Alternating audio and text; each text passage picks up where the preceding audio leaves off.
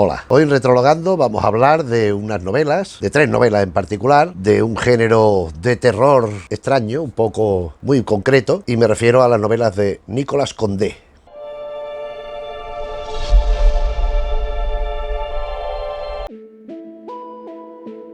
Nicolas Condé es el seudónimo que utiliza para escribir 3 novelas en concreto, que son las que vamos a comentar a partir de dentro de un momento, de Robert Nathan. Robert Nathan, que es un individuo que nació en Pensilvania en 1940, se crió en Missouri, se dedicó a la política y en concreto al periodismo, ha publicado en numerosísimas revistas, artículos de opinión, de documentación, también se ha interesado mucho por la historia y después también se ha dedicado a la escritura de guiones e incluso a la dirección.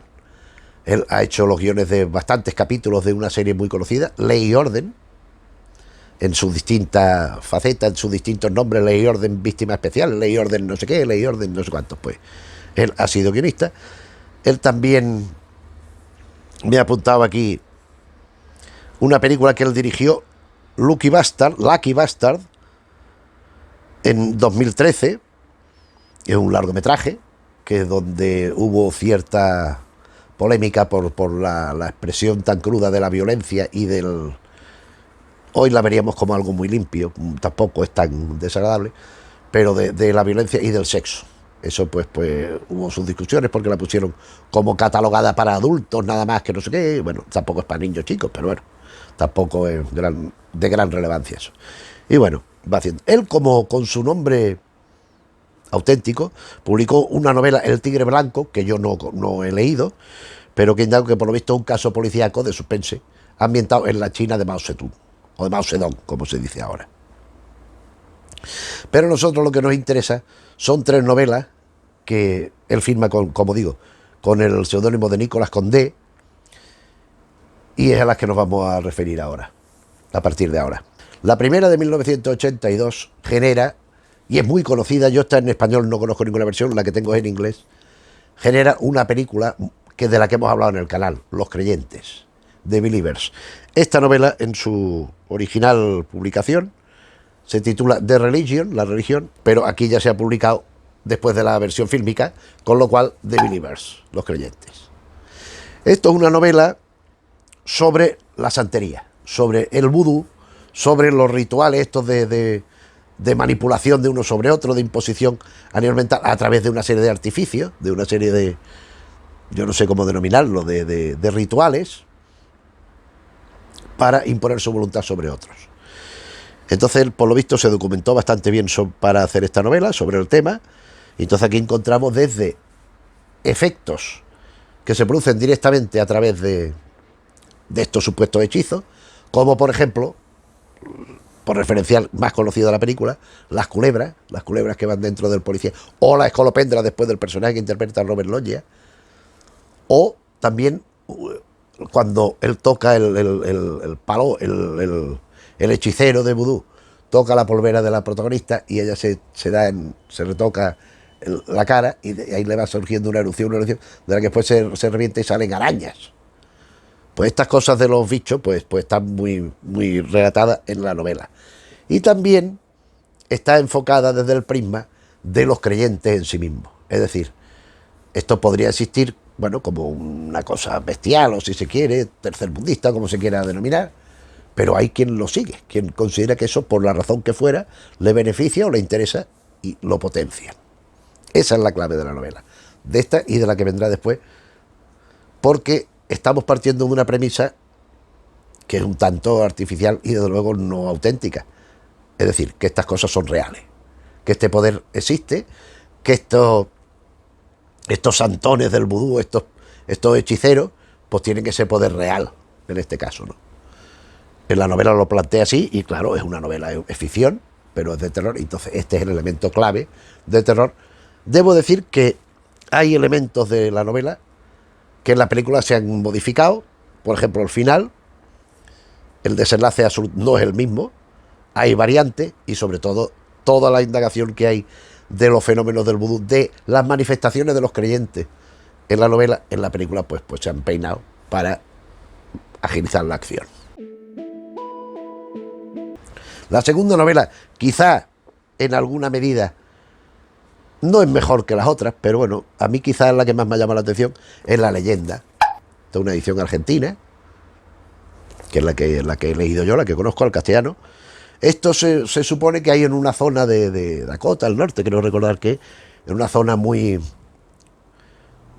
abandonada, unas montañas, hay por ahí una reserva india, hay no sé qué, pero un sitio que no es de paso, que no es un sitio muy tumultuoso, un sitio bastante tranquilo, y en aquellas montañas un individuo ha comprado, ha adquirido los derechos de una serie de zonas para construir y crear allí una ciudad. Resulta que en estas construcciones, en estas obras, una obra inmensa, claro, pues van sucediéndose accidentes, se van desencadenando uno detrás de otro, una serie de accidentes que van llevando muertos y van ocasionando pues miedo y qué es lo que pasa.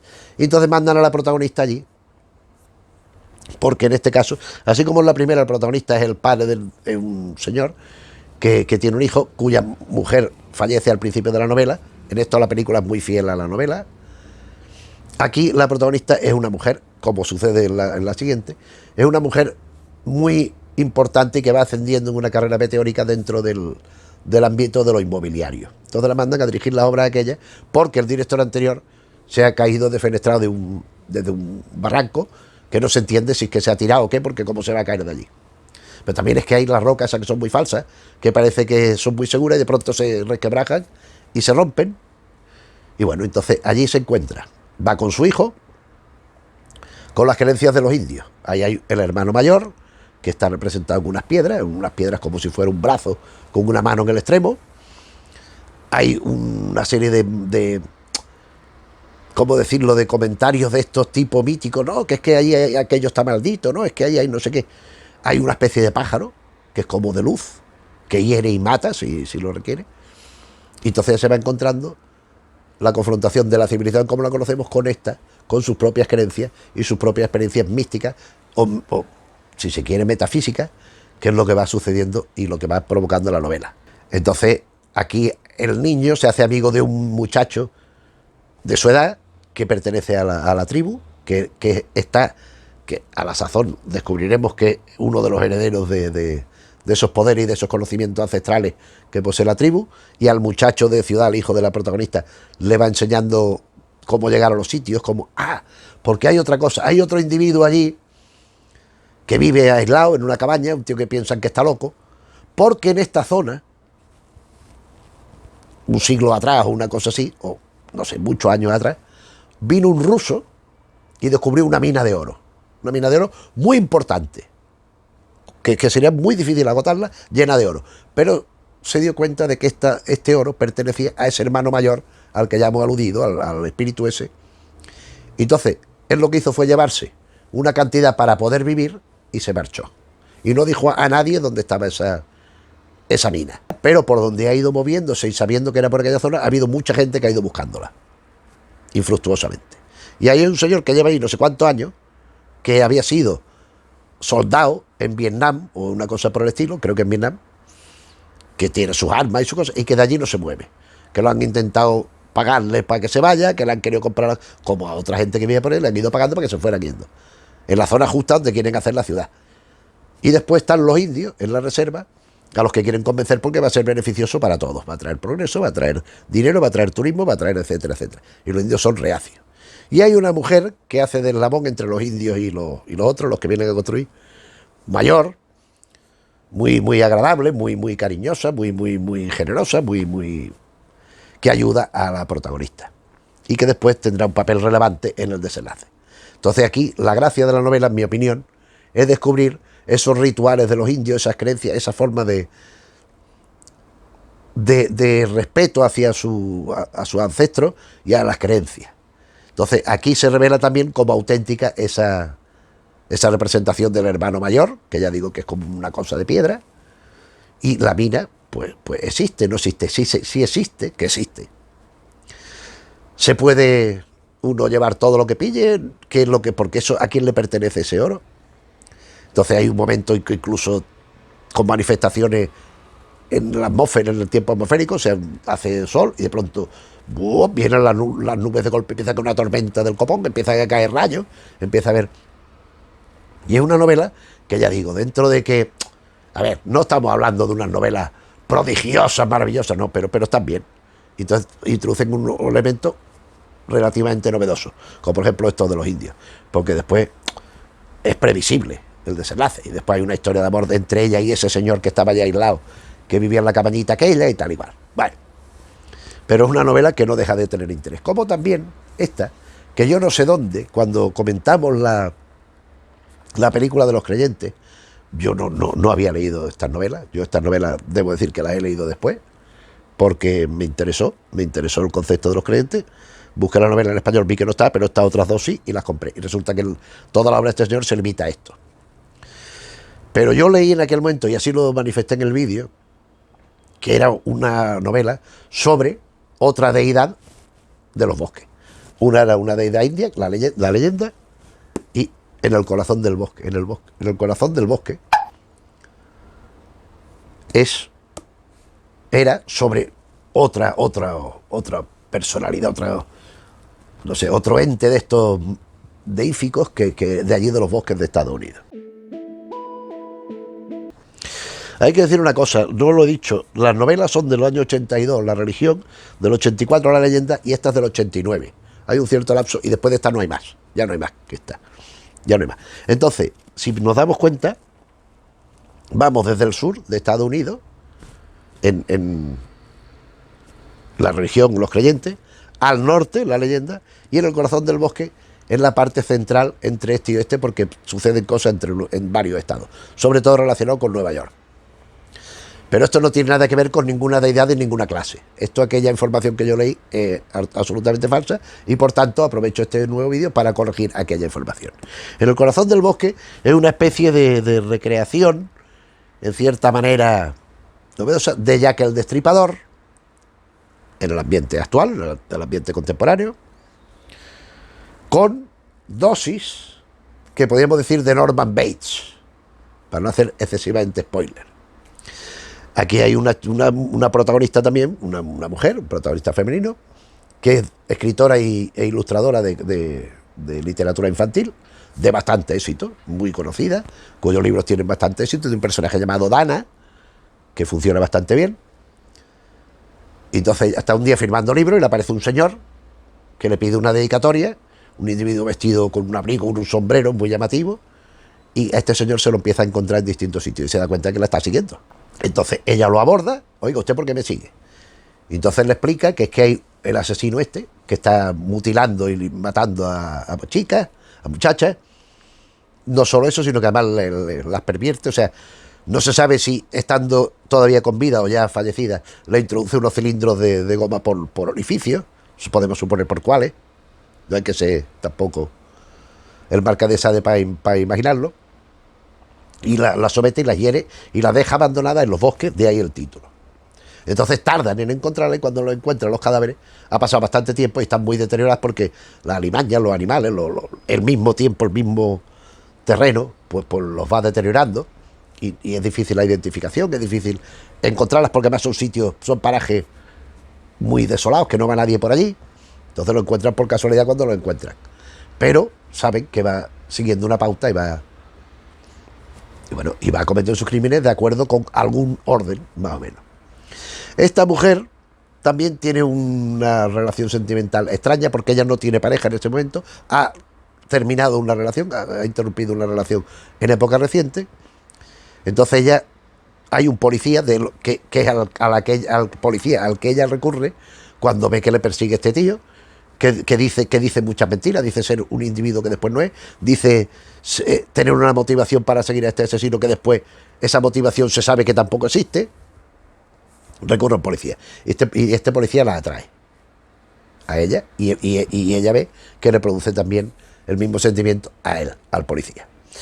Y a toda esta tiene un hermano, Tommy, un hermano que es un hombre de negocios importantísimo, tiene una empresa tal, y tiene un director que es un joven recientemente ascendido, lo ha puesto de director, y también se establece una relación entre ambos, entre la muchacha, entre la protagonista y este joven.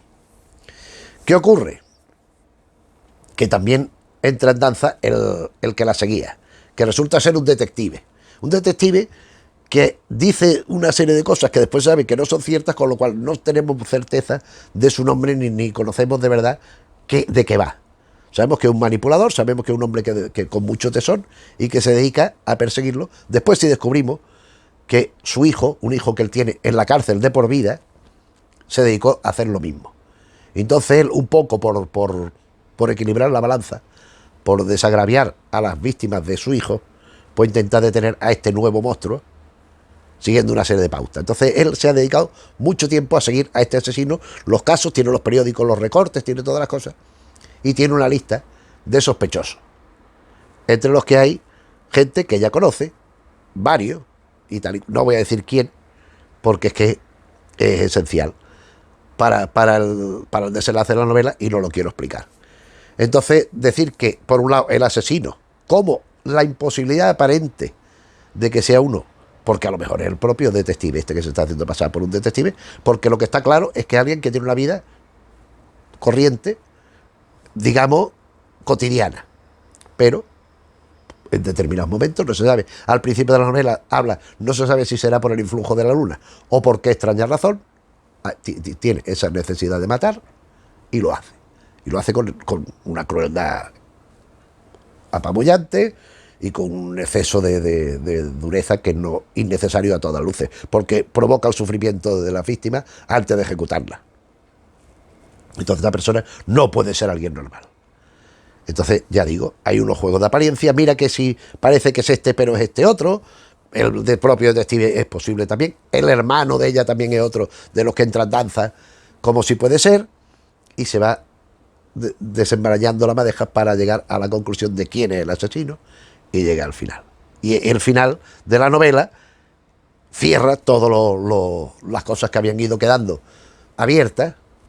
Relación de ella, que también tiene una relación con el detective ese, con el que la seguía, llega un momento, es con el único con el que se acuesta, de hecho, a lo largo de la novela, después ya se supone que no, que vendrá otro, pero con este llega a tener una relación así.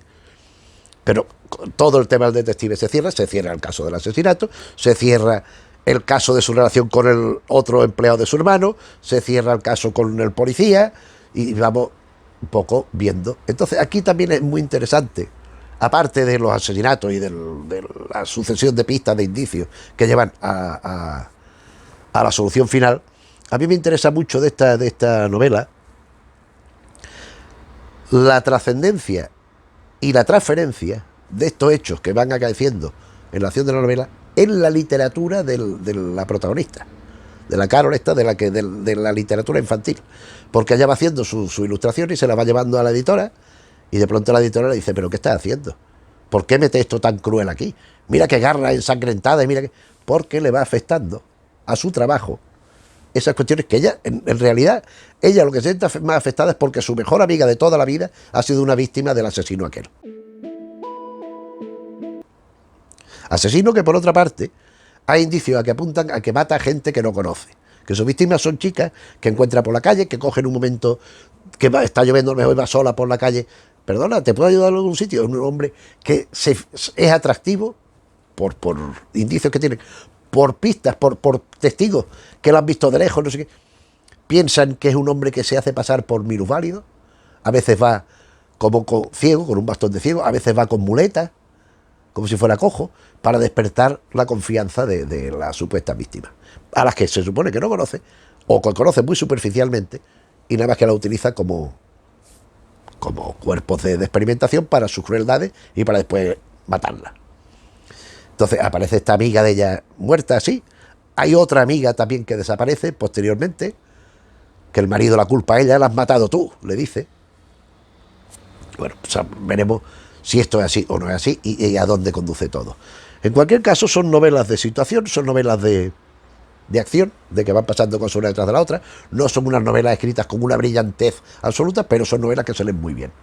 Que también hay que... Eso a mí me parece un mérito extraordinario. Son novelas que se leen muy rápido, que se siguen divinamente, no hay que estar concentrándose en... No. Es unas novelas que se leen como el que lee un TVO. Son novelas de consumo, que se decía antes, pero que a mí me parece un consumo extraordinario. Son novelas de evasión, son novelas que, bueno, no son tan de evasión, en tanto pues, la problemática de los indios en Estados Unidos, todos sabemos cuál es, la de En el caso de Religion, de los creyentes, aplica al vudú, pero también a otras sectas, que también están en la mente de cualquiera. En este caso, ¿qué puede inducir a matar y cómo puede influir, aunque sea de forma aislada, de forma tangencial, de forma distante, en la vida de cada uno de los que está implicado, aunque sea de forma muy superficial, en su actividad vital real? Entonces, bueno, pues son reflexiones que el autor nos propone por aquí y que a mí, ya digo, son 3 novelas que, mira, no siempre hay que estar leyendo cosas sesudas y cosas que te hacen exprimirte. Aquí generalmente hablamos de novelas de género, que más bien lo contrario, y estos son excelentes ejemplos de lo que estamos diciendo. En este caso, orientada hacia el terror, hacia este tipo de terror. ¿De terror, Los creyentes es una novela de terror? Sí. En El corazón del bosque también. La leyenda quizá menos. Más bien de fenómenos extraños, no necesariamente terroríficos, aunque conlleven muerte y aunque conlleven la presencia y la intervención de cadáveres. Y bueno, pues estas son las 3 novelas que hemos querido traer hoy aquí. Como siempre, pues para si te parece bien, pues recomendártelas para la lectura. Ya digo, es una lectura no magnificente. A este señor jamás le darían el premio Nobel, pero son unas lecturas agradecidas por cualquier tipo de lector, porque se hacen con mucha facilidad. Y lo dejamos aquí. Espero que si las conoces, pues te las hayas recordado.